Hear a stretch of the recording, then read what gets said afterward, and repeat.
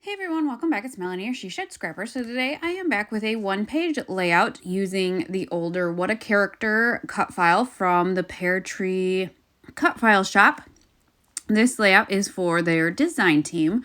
So when I initially saw the cut file, I knew exactly what photos I wanted to document here. We did a Christmas party at Disney, and my youngest got to meet Tweedledee and Tweedledum and get their autograph. But then when Tweedledum went to go give him back his autograph book and his pen, he held the pen over my son's head and was a character being goofy. And so I just thought What a Character was perfect for the title of this layout. I will be using different Disney Say Cheese collections from Simple Stories. I cut the cut file out in black and then cut the letters out in white. And I am just going to use just those two colors for my title. I really wanted to play off of the colors in the photos a little bit. So I am using this red and white polka dotted paper kind of across the middle for kind of the base for my title here.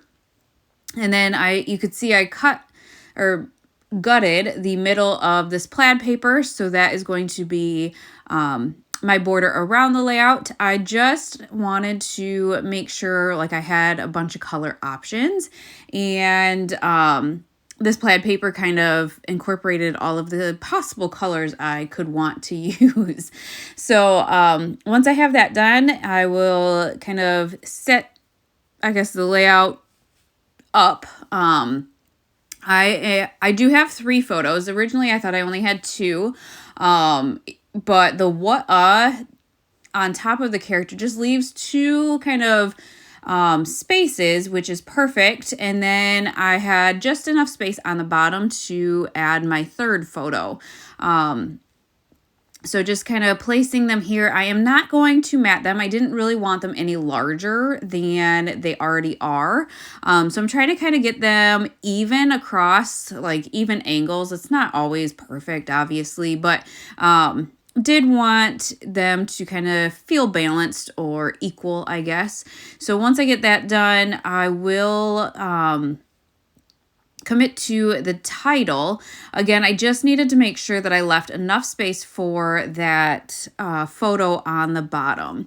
So with this, I'm just using my liquid glue to adhere it, which always makes me nervous because this is pretty sticky, and if I don't like kind of the placement after it dries, I'm kind of sunk.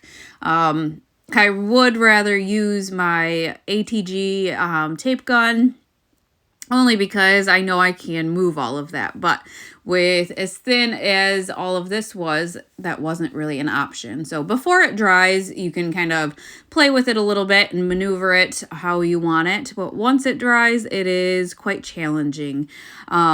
So the title looks completely chaotic right now with that polka dotted background and kind of lost on that. Promise you though, once I add kind of the white back into the larger letters, it kind of pops a little bit more.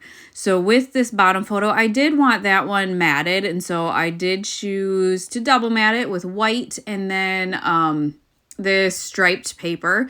Made sure that it was very thin because I didn't have a lot of extra space at the bottom. Thought about overlapping the letters on top of the photo, but really didn't like the way that that looked. So then I lined it up with the very bottom of the title, and that then overlaps the plaid border, but it is what it is, and I think it's good enough. So I will go ahead and start adding the letters back in. I won't make you watch it, but then I did go back and add the little black pieces to like the openings in some of the letters there, and I just feel like it really pops a lot better with that white in it. So for my journaling, I wanted to kind of, I don't know, make it a little bit different. And I had also purchased some acrylic pieces from Peartree Cutfiles, and that's what I'm going to use. It's kind of like a film strip with the Mickey head in the bottom right corner. So what I am going to do is actually use one of these tags, and it's about the perfect width for it, and then kind of back that, and that will give me lines at least to use. Obviously I cut the tag part off the top, but this was kind of an easy solution. The lines are there for me, and it should give me enough space to journal. While I was going through the tags, though, I found that tag that fits perfectly at the top, take a photo. And so I decided to sneak that up there. I wasn't sure what or how I was going to embellish that open space at the top. So once I found that tag and found out that it was the perfect size, it was the perfect solution. So again, going back to my tacky sticky glue, whatever it's called, tacky glue, and adding the tag to that.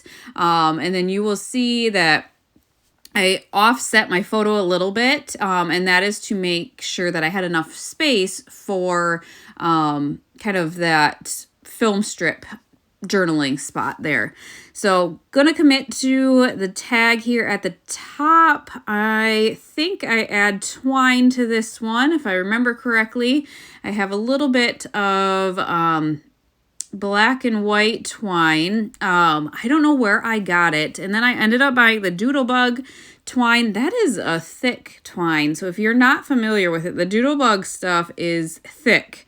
I have not actually dug into that yet because I actually think I am going to prefer this thinner twine that I randomly have in my stash. So now to embellish the layout, there is not much that goes into embellishing. It's already busy with a large title, 3 photos, and a journaling spot. But I do want to incorporate some more colors as well. So there's this lamppost on the chipboard sheet that I almost have that chipboard sheet empty. And so that's kind of why I decided to add this little lamppost. And it was like the perfect size to kind of add and overlap that journaling down there, just to add something else there. Again, just kind of going through what was left on that specific chipboard, and there were like these, I don't even know what they would be called. We'll call them confetti. So I did just add those to that C. Again, just really, really simple. I did add a heart to the Mickey head, the acrylic Mickey head down at the bottom. Or I will, I guess. Maybe I change up the colors, or maybe I change it to stars. I had just more stars than the hearts, and I don't love intermixing hearts and stars. So I did end up going with these stars, just to kind of finish it off. But this kind of gives you a good idea too. Peartree Cutfiles is not just a shop of cut files. She has acrylic pieces, titles, flairs, like the canvas or epoxy flairs she has. I've bought, I think, maybe just one set of the flair. But yeah, she's definitely more than just cut files. So definitely check out her shop. I am adding just a small cluster to that photo there with some arrows, kind of to Tweedledum, to help kind of point him out. But that is going to finish off this layout. I will have the link for the cut file down below. But again, check out her shop for everything else she has. She's got stencils too, I forgot about. But I hope you guys enjoyed this layout, and we will see you next time. Bye, guys.